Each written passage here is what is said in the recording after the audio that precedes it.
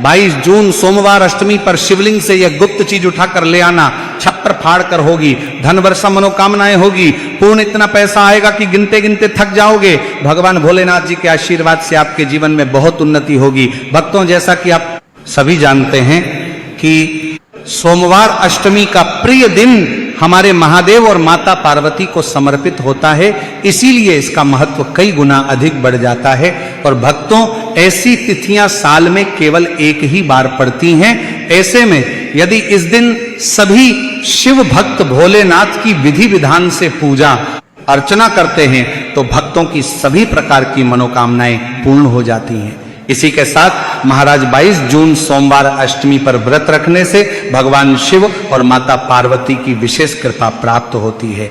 साथ ही इस दिन यदि कोई व्यक्ति भगवान भोलेनाथ की थोड़ी सी भी पूजा अर्चना कर लेता है तो उस व्यक्ति के जीवन की सभी मनोकामनाएं पूर्ण हो जाती हैं, उस व्यक्ति के जीवन के हर कष्ट समाप्त हो जाते हैं और उस व्यक्ति के जीवन में धन प्राप्ति के सभी रास्ते खुलने लगते हैं। तो चलिए भक्तों, वीडियो को शुरू करते हैं।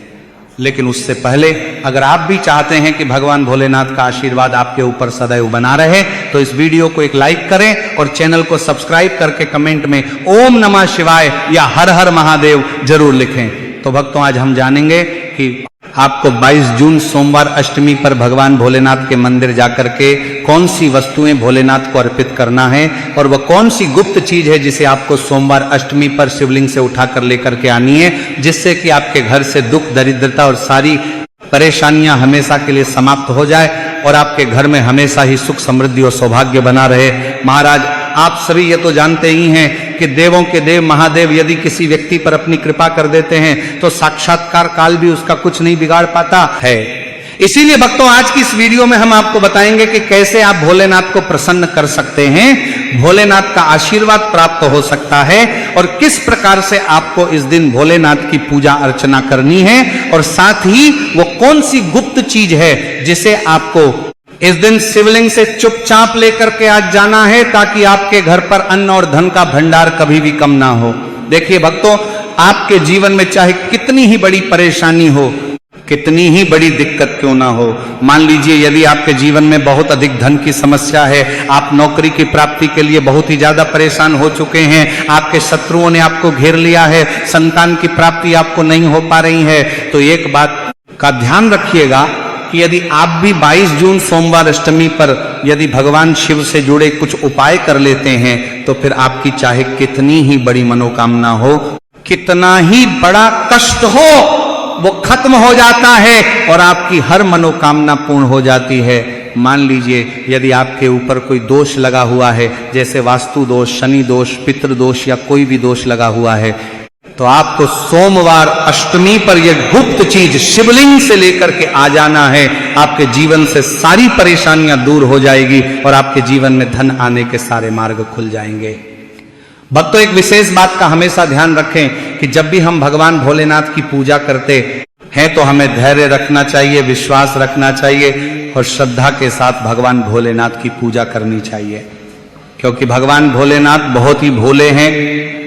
वो किसी भी व्यक्ति की थोड़ी सी ही पूजा से, साधना से तुरंत ही प्रसन्न हो जाते हैं। इसीलिए 22 जून सोमवार अष्टमी पर कुछ ऐसी चीजें हैं जो आपको अवश्य पता होनी चाहिए, क्योंकि इस दिन यदि आप भगवान भोलेनाथ के सामने पूजा करने जा रहे हैं और मान के चलिए यदि आपने अगर कोई गलती कर दी तो भगवान भोलेनाथ आपसे क्रोधित हो जाएंगे, और आपने सही तरीके से पूजा की होगी तो साक्षात आपको भगवान भोलेनाथ उसी दिन आशीर्वाद दे देंगे और इसके के बाद आपके जीवन में कभी कोई परेशानी नहीं आएगी। तो भक्तों, आपको हम वह सभी चीजें बताने वाले हैं, इसलिए आप सभी इस वीडियो में अंत तक बने रहे। तो भक्तों ध्यान दीजिए, सोमवार अष्टमी पर सबसे पहले तो आपको भगवान भोलेनाथ के मंदिर जाना होगा और ये जितने भी उपाय आपको बताए जाएंगे ये आपको भगवान शिव के मंदिर में ही करने होंगे। देखिए, अक्सर कई भक्तों का प्रश्न होता है, गुरुजी हमारे घर पर शिवलिंग है क्या, हम घर पर पूजा नहीं कर सकते? तो इसका उत्तर नहीं। इस उपाय के लिए आपको मंदिर जाना पड़ेगा, क्योंकि मंदिर का जो शिवलिंग होता है और जो घर का शिवलिंग होता है इसमें बहुत ज्यादा फर्क होता है।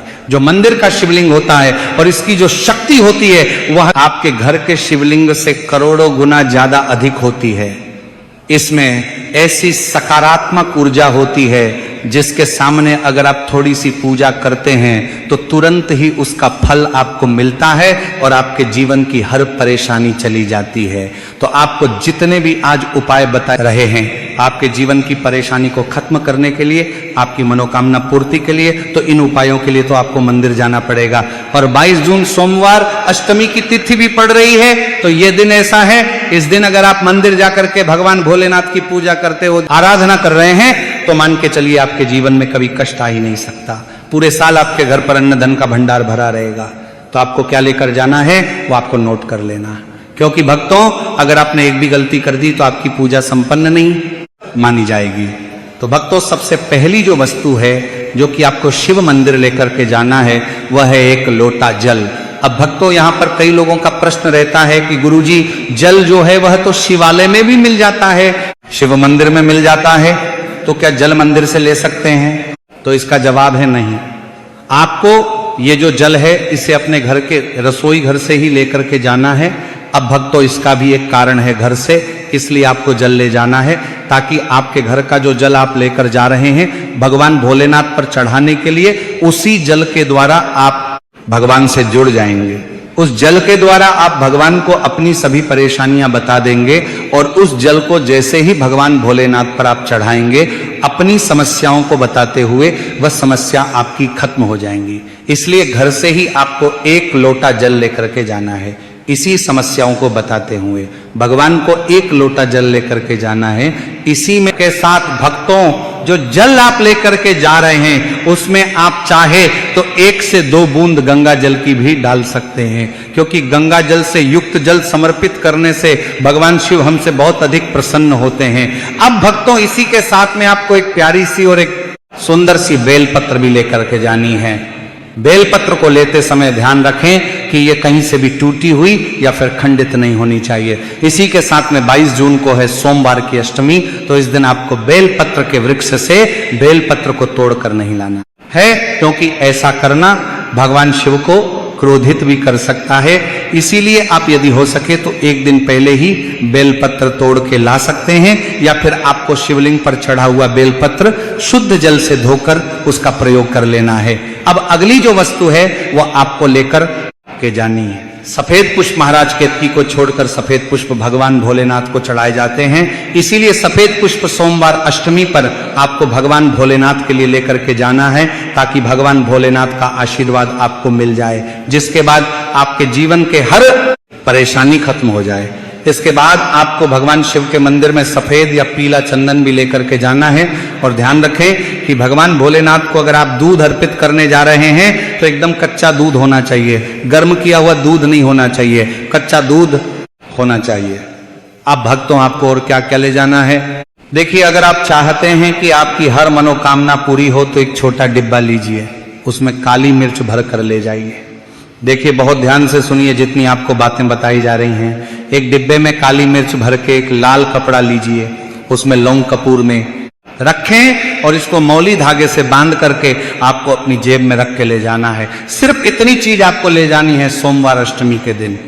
अब भक्तों आपको पूजा कैसे करनी है इसे भी ध्यान से सुनिए, और जितनी भी चीजें आपको बताई जा रही हैं इन चीजों को आपको ले जाना है और शिवालय से वापस लेकर के आना है अपने घर पर, ताकि आपको धन की प्राप्ति हो सके, आपकी कोई भी मनोकामना हो वह पूर्ण हो जाए। तो भक्तों आप सबसे स्नान आदि करके 22 जून सोमवार अष्टमी पर जाएंगे शिव जी के मंदिर में, तो सबसे पहले आपको इस बात का ध्यान रखना है, मंदिर जाने से पहले ही काले या नीले कपड़े धारण करके मंदिर ना जाए, वरना भगवान भोलेनाथ का आपको क्रोधित रूप देखना पड़ सकता है। अब सबसे पहले आपको भगवान शिव के शिवलिंग पर एक धारा से जल समर्पित करते जाना है और आपको मन ही मन श्री शिवाय नमस्तुभ्यम या ओम नमः शिवाय इस मंत्र का जाप करते रहना है। अब भक्तों इसके बाद आपको भगवान शिव के शिवलिंग पर चंदन लगाना है। चंदन लगाने के बाद भगवान भोलेनाथ पर आपको बेलपत्र समर्पित करना है। फिर इसके बाद आपको भगवान भोलेनाथ पर सफेद पुष्प अर्पित कर देना है। सिर्फ इतना आपको करना है। दूध अगर आप चढ़ाना चाहते हैं तो दूध भी आप चढ़ा सकते हैं, इतना बस आपको करना है। इतना करने के बाद आपको वहां पर खड़े होकर 108 बार, बहुत ध्यान से सुनिएगा, 108 बार आपको ओम नमः शिवाय का जाप करना है। या तो आप 108 बार जाप कर लीजिए या 51 बार कर लीजिए। अब आपको क्या करना है, एक डिब्बा जो काली मिर्च का आप ले गए थे, उस काली मिर्च के डिब्बे को आपको शिवलिंग पर जो जलहरी होती है, जहां से जल बह के नीचे गिरता है, इस जलहरी के वहां पर आपको जो काली मिर्च लेकर के गए थे, उस काली मिर्च को आपको स्पर्श करना है। कहां? शिवलिंग पर, जहां से जल नीचे गिरता है उस स्थान पर, और ये काली मिर्च आपको अपने पास वापस रख लेना है। अब जो आप लाल पोटली ले गए हैं बंद करके, लौंग और कपूर की, इसको भी आपको स्पर्श कराना है शिवलिंग की जलहरी के वहां पर, और इसे भी आपको वापस रख लेना है।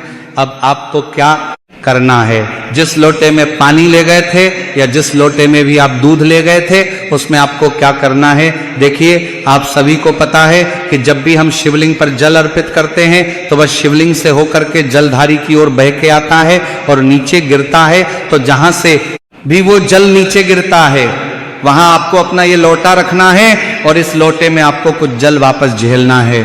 भक्तों ध्यान रखिएगा, जो आप लोटे में जल भर कर ले गए हैं वो जल आपको वापस बचाना नहीं है, वो तो पूरा आपको भगवान भोलेनाथ को अर्पित कर देना है। अब आपका सवाल रहेगा कि कई लोग शिवलिंग पर जल चढ़ा रहे हैं। इस बात की चिंता ना करें, क्योंकि भगवान भोलेनाथ के शिवलिंग पर जब भी जल चढ़ाया जाता है तो वह अमृत बन जाता है। कहा जाता है कई देवी देवता शिवलिंग के पास अदृश्य रूप में खड़े होते हैं ताकि शिवलिंग से गिर रहा जल वहां धारण कर सके। अब कितना पवित्र होता है शिवलिंग पर जल गिरता हुआ जल। तो शिवलिंग से गिरते हुए जल को आपको अपने लोटे में ले लेना, सिर्फ थोड़ी सी बूंदे ले लेनी है। अब आपको क्या करना है, आपको घर वापस आना है। जो आपने लोटे में जल लिया है, इसको घर पर आते ही घर के लोग जो हैं आपके, उनके ऊपर थोड़ा थोड़ा जल छिड़क देना है। घर के हर कोने में जल छिड़क देना है, घर के मुख्य द्वार पर जल छिड़क देना है। तो सबसे पहला कार्य तो यह करना है। इतना कार्य करने के बाद आपके घर पूरे साल बुरी शक्तियां प्रवेश नहीं करती हैं। यानी कि यदि आपके घर पर कोई काला जादू, काली विद्या करवाने की कोशिश करेगा तो आपके घर पर नहीं कर पाएंगे। इससे आपके घर से नकारात्मक शक्तियां चली जाएंगी और सकारात्मक आ जाएगी। अब भक्तों, जो आप काली मिर्च को भगवान भोलेनाथ जी के शिवलिंग से छुआ कर लाए थे, इसको पूजा घर में रखें।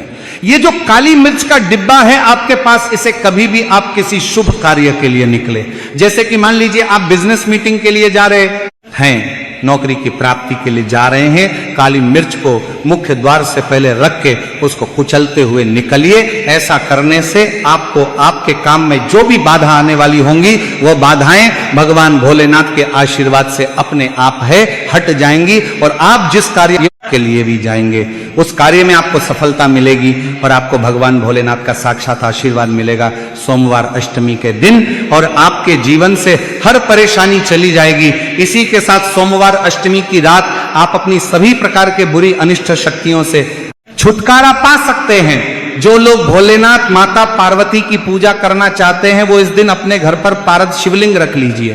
तो सबसे पहले तो आपको अपने घर पर रखें, शिवलिंग का पूजन करना है। फिर गुड़ से युक्त जल हुआ पंचामृत हुआ, इससे आप इस दिन भोलेनाथ का अभिषेक कीजिए। दूध, दही, घी, शहद, शक्कर, पंचामृत बना करके अभिषेक कीजिए। इसके बाद फिर भोलेनाथ का श्रृंगार कीजिए, चंदन चढ़ाए, अक्षत चढ़ाए, जनेऊ अर्पित कीजिए। थोड़ा सा चंदन का इत्र, क्योंकि चंदन का इत्र विशेष रूप से शिव शंभू को बहुत प्रिय है, तो वह आप अर्पित कीजिए। उनके पसंदीदा पुष्प चढ़ाएं, आंकड़े की माला से उनका श्रृंगार कीजिए। साथ ही कनेर के पीले या सफेद पुष्प चढ़ाएं। कमल हुए, गुलाब हुए, बेल हुई, ये फूल उनको बहुत प्रिय है, ये अर्पित करें। और 5 बेलपत्र अवश्य चढ़ाएं। आप इस दिन चाहे तो या जो आपके पास बेलपत्र है उसी पर आप श्री श्री लिख के या ओम नमः शिवाय या राम राम लिख के अर्पित कीजिए। जो चिकना भाग होता है उस पर सीमा भी पर लिखिए और यह सीधा शिवलिंग पर अर्पित हो। इस प्रकार से आपको बेलपत्र चढ़ाने चाहिए। भक्तों, आप विशेषकर इस बात का ध्यान रखें कि कटे फटे बेलपत्र ना हो। जो व्यक्ति अधूरी चीज भगवान को अर्पित करता है तो उसे भी कटे फटे पत्तों की तरह ही कटा फटा फल ही प्राप्त होता है। इसीलिए कभी भी अपूर्ण सामग्री अर्पित ना करें। इसीलिए कहते हैं कि जब भोलेनाथ ने गले में विष धारण किया था तो आदि शक्ति मां के कहने पर देवताओं ने भगवान शिव के सिर पर भांग, धतूरा, बेलपत्र आदि रखा और निरंतर जल अभिषेक किया था, जिसकी वजह से उनके मस्तिष्क का ताप कम हुआ था। और उस समय से ही भोलेनाथ को भांग धतूरा चढ़ाया जाता है। और यह बात भोलेनाथ के भक्तों में बहुत कम लोगों को ही पता है कि इसी कारण शिवलिंग पर भांग धतूरा चढ़ाया जाता है। तो अगर आपके घर में शिवलिंग है तो सोमवार अष्टमी के दिन आप चाहे तो शिव जी का त्रिशूल हुआ, डमरू हुआ, ये भी आप उनको अर्पित कर सकते हैं। शिव के डमरू की दमदम की ध्वनि मंगल गुरु से संबंधित होती है, क्योंकि चंद्रमा उनके मस्तक पर विराजमान होकर अपनी क्रांति से अनंत आकाश में मंगल गुरु से संबंधित जटाधारी महामृत्युंजय को प्रसन्न करता है और बुध आदि ग्रह इसमें संभव से सहायक होते हैं। तो ये आज के दिन डमरू अर्पित करें, डमरू अर्पित करें, धारण भी कर सकते हैं। अभिमंत्रित करके आप अपने शरीर पर छोटा सा चांदी का डमरू धारण करें, लेकिन उससे पहले चाहते हैं कि भोलेनाथ का आशीर्वाद आप पर बना रहे, तो इस वीडियो को